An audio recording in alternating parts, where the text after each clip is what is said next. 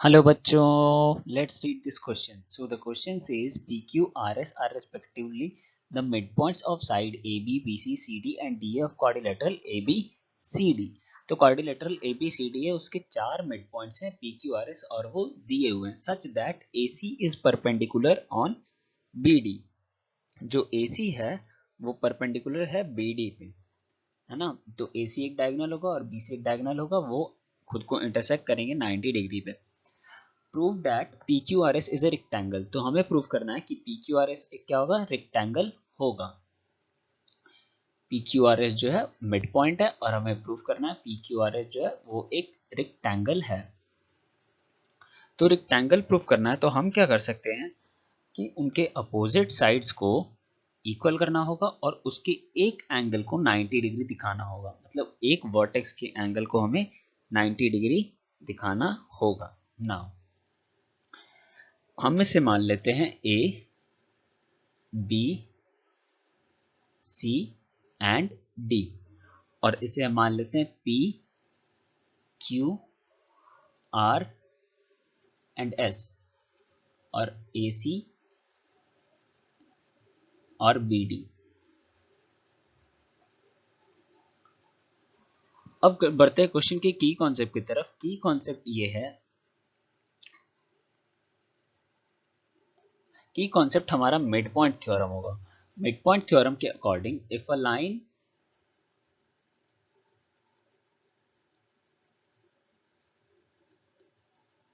is drawn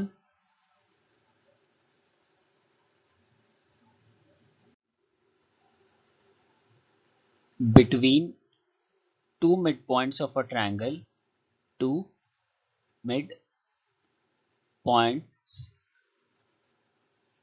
of a triangle, then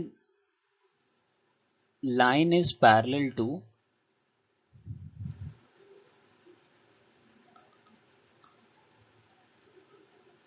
third side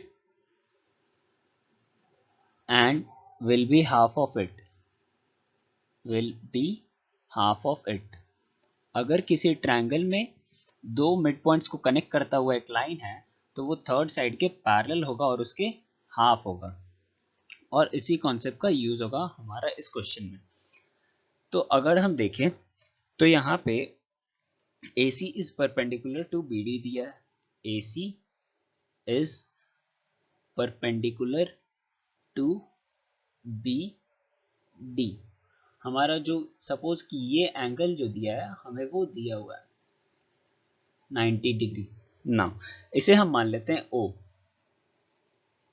O। इस point को हम मान लेते हैं F और इस पॉइंट को मान लेते हैं E। F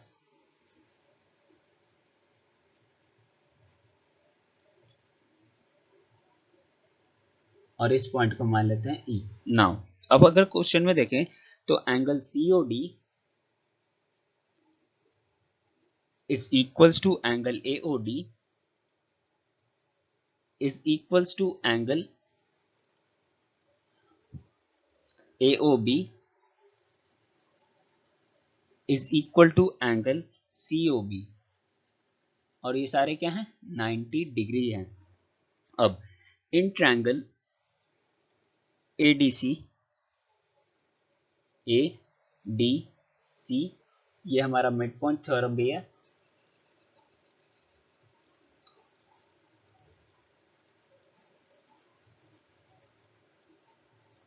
तो हम इजीली कह सकते हैं in triangle ADC by midpoint theorem, by midpoint theorem what we can write, SR is parallel to AC, SR जो होगा वो AC के पैरेलल होगा and SR will be half of AC, SR will be half of AC। और अगर दूसरी तरफ देखें, पहले हम यहाँ पे लिख लेते हैं A B C D P Q R S, ये हमारा लाइन BD, ये हमारा डायगोनल AC। अब अगर हम इन ट्रायंगल ABC में देखें, in triangle A B C में अगर देखा जाए, फिर हम उसी का इस्तेमाल कर सकते हैं by mid point theorem. By mid point theorem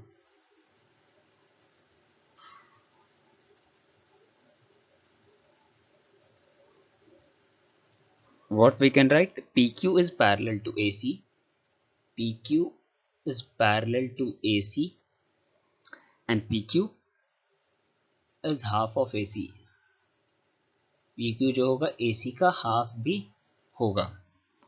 now therefore PQ is parallel to SR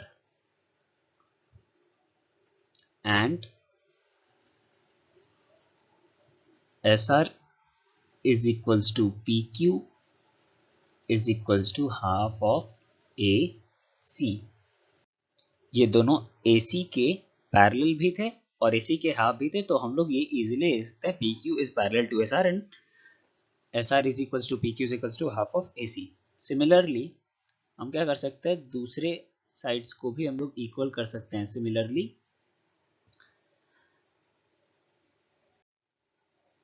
SP किसके पैरेलल होगा, RQ के, and SR sorry SP is equals to RQ is half of BD। हमने सेम किया, by mid point theorem लगाकर हमने ये भी निकाला। नाउ हमारा क्या हुआ, अपोजिट साइड्स इक्वल हो गया, SR जो है PQ के इक्वल हो गया, SP जो है RQ के इक्वल हो गया। अब हमें क्या चाहिए, हमें बस एक 90 डिग्री चाहिए।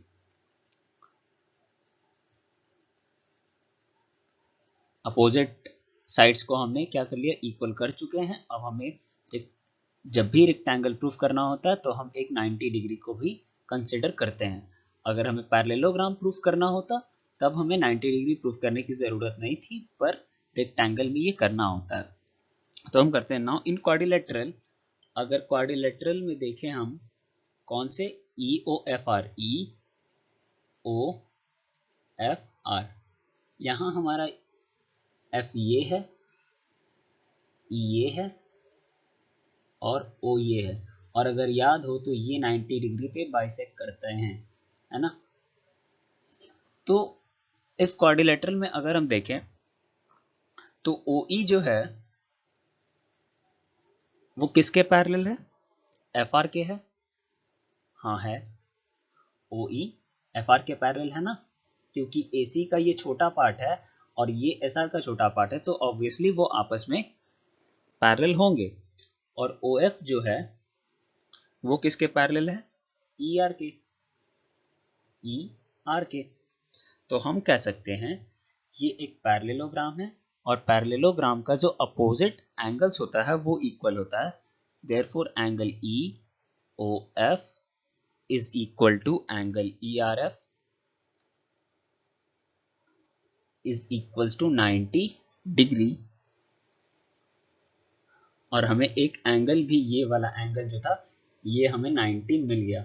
ये दोनों एक पैरेललोग्राम है, therefore we can write OERF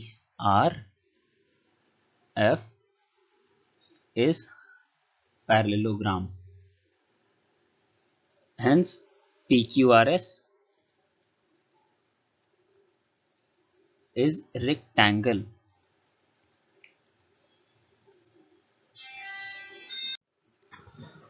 So we have proved this question, PQRS is a rectangle, by using our key concept of midpoint theorem, which says if a line is drawn from one midpoint of one side of triangle to another midpoint of second side, it will be parallel to third side and will be half of it.